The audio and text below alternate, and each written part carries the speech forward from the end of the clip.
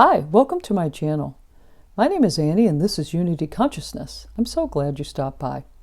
Today we're going to be discussing the energy that will be prominent beginning today, the 16th of October, and moving through the weekend.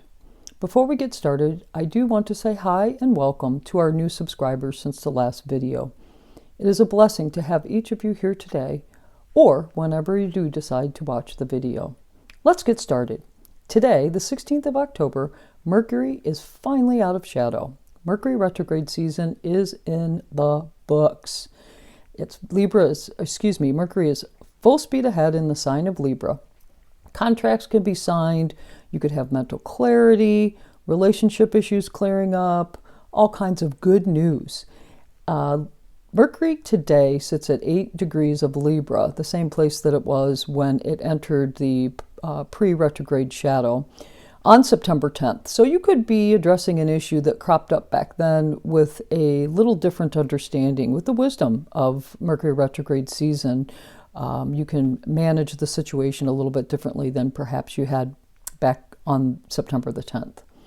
Then late tonight and into tomorrow, Sun and Venus are going to be within orb of each other, but moving closer and closer together over the course of the week. But by doing so, they're going to be making aspects to various planets. And the first one would be, again, late tonight and tomorrow. They will be quincunx Neptune, the Sun first, then Venus. This is very fast-moving energy. Quincunx energy, just like it sounds, it is differing energies that require you to integrate those differences to gain something from it. So the Sun and Venus, quincunx Neptune, there could be some fogginess related to either the Sun, the things that the Sun represents, the I am, personal issues, or Venus, which is your relationships and money. Like I said, this is fast-moving energy. So if you find things to be confusing or a little foggy, like I said, most likely relationship or money have to do with money or finance-based. Just be patient. It will move quickly. And before you know it, the situation will be resolved. Then late Monday or early Tuesday, again, Venus and the Sun first, then Venus, both in Libra, will be trining Mars and Gemini. Very fun energy. I like this. It speaks about personal excitement because, again, the Sun represents you and the Venus is relationships and money. And when they trine Mars, it's very good energy, very motivational, especially when it comes to personal endeavors or money-making ventures, that sort of thing.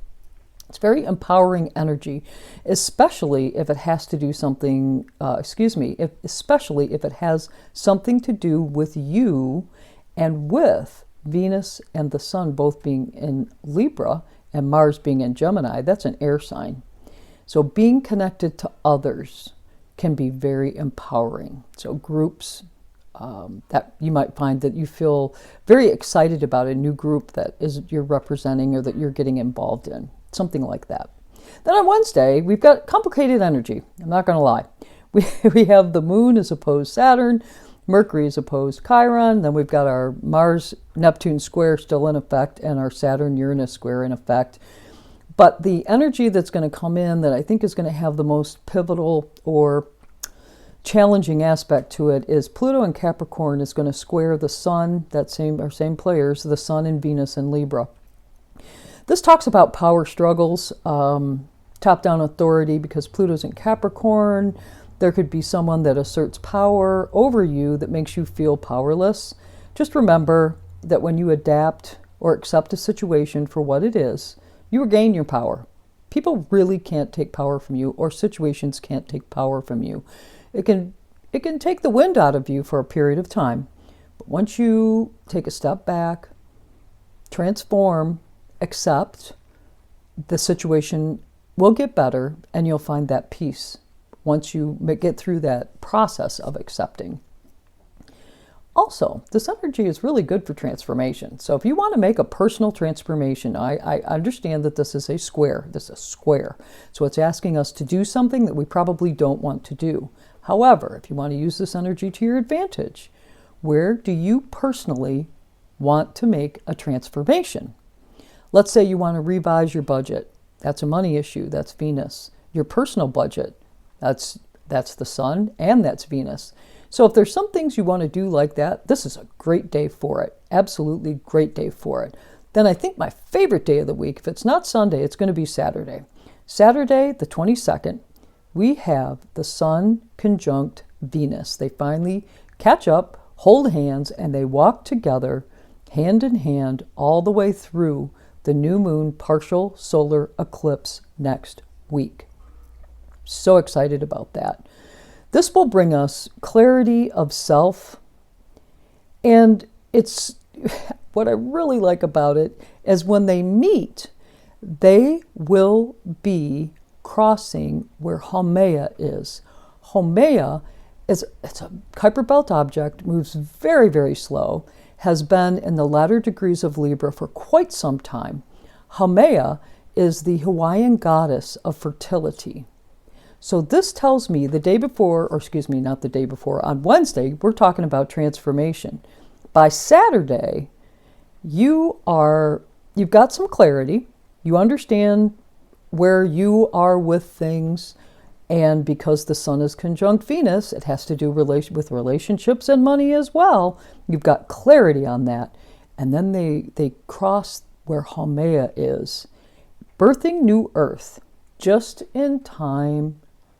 Birthing new Earth, birthing you, birthing a new situation, just in time for Scorpio season. You know, we can rise up from the ashes of these planet retrograde cycles, wiser, stronger, and definitely more clear. Very good day. Love this day. Then finally, we're going to end the week with Saturn going direct. This is great news. Like I said, if Saturday is not my favorite day, then it's going to be Sunday. I'm just not sure which one I like more. But let's talk about the Saturn going direct. The symbolism is astounding to me. It truly is, with Saturn in Aquarius. You know, Saturn retrograde cycles are not uncommon. Happen every year for a long period of time.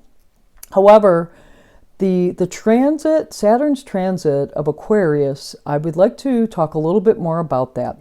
Saturn went retrograde on June the 4th of this year. And when Saturn goes retrograde, it kind of reminds me of when you get a little bit older, you're still part of the family unit, you're probably 16, 17 years old, and your parents decide that they want to go out of town and they leave you in charge. That's what Saturn retrograde's about. The taskmaster's left the building and you are there to accept the responsibilities that come with being in charge. But there's no taskmaster holding over you, making sure that you're doing what you're doing. So as Saturn comes out of this retrograde cycle, think of it as the authority stepping back into the situation when it stepped out back in June. How did you handle it? Have you decided just to, relax, not really move forward, forget about the laundry? We don't need groceries. We'll just go out to eat every night, that sort of thing. Because when Saturn comes back in, when the planet of responsibility and ownership steps back in, the evaluation will be made as to how you did during the Saturn retrograde cycle. Or have you been able to uphold the responsibilities that were necessary to keep things flowing? Or do those restrictions come back in twice as hard now so that you can make up for lost time? It's really up to you and how you manage that energy, that's for sure. But as Saturn goes direct on Sunday, there could be some turning point as you accept that responsibility, or the reality of a situation. So if there's been some lackadaisical response to responsibilities, there could be a little bit of a reality check in store.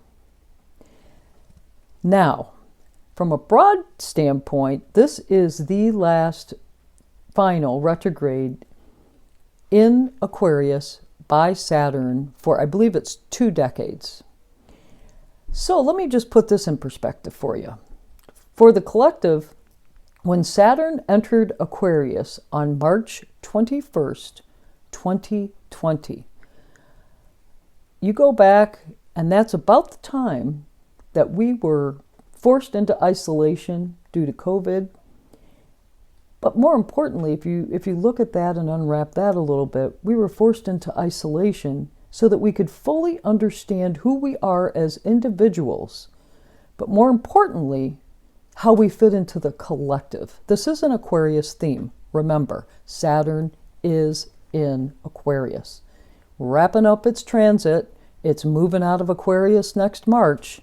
So this is our final retrograde to get it right relative to those Aquarius themes. How'd we do? By the time Saturn leaves Aquarius next March, we will fully embody the age of Aquarius, which is what we're stepping into.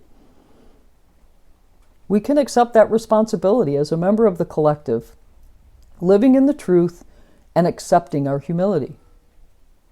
Saturn has definitely taught us to trust the process, even though it can be very stressful, especially up until we know that with acceptance comes peace.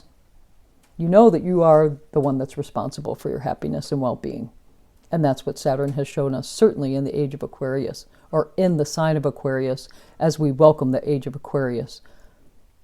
Well, that's all I have for you this week. I certainly hope you've enjoyed the video. I did pull a card.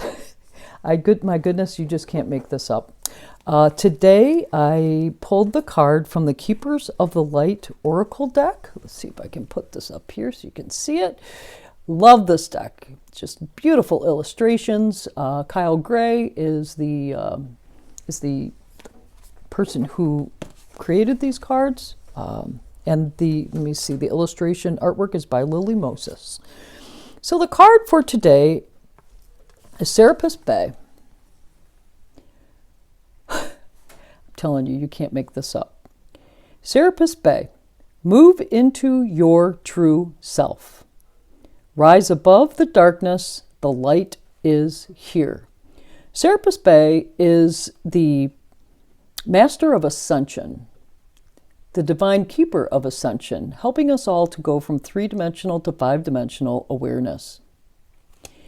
There's an extended message that goes along with the book that I'd like to read for you. I know we're getting a little long here, so stick with me. The extended message for Serapis Bay and this card reads, "The stars cannot shine without darkness. You may have experienced a low state of being, trauma, or depression, but this is a new beginning. Become aware of growth. There is always room for improvement. There's also a sense of presentation now. You may be receiving documentation or certification to acknowledge your growth or experience. It's important to cherish this time and to realize that without the challenges or obstacles you have faced, you wouldn't be as strong, powerful, or focused as you are today. You are ascending, personally and spiritually, at this time, and the universe is here to support it. Move into your true self, rise above the darkness, the light is here." Well, that card truly wraps up our message for this week. Like I said, if you like this video, please do click the like button. If you know someone who could be helped by this video, please do share it with them. If you want to know when videos are being dropped, click the subscribe button and you'll be notified when a video is dropped.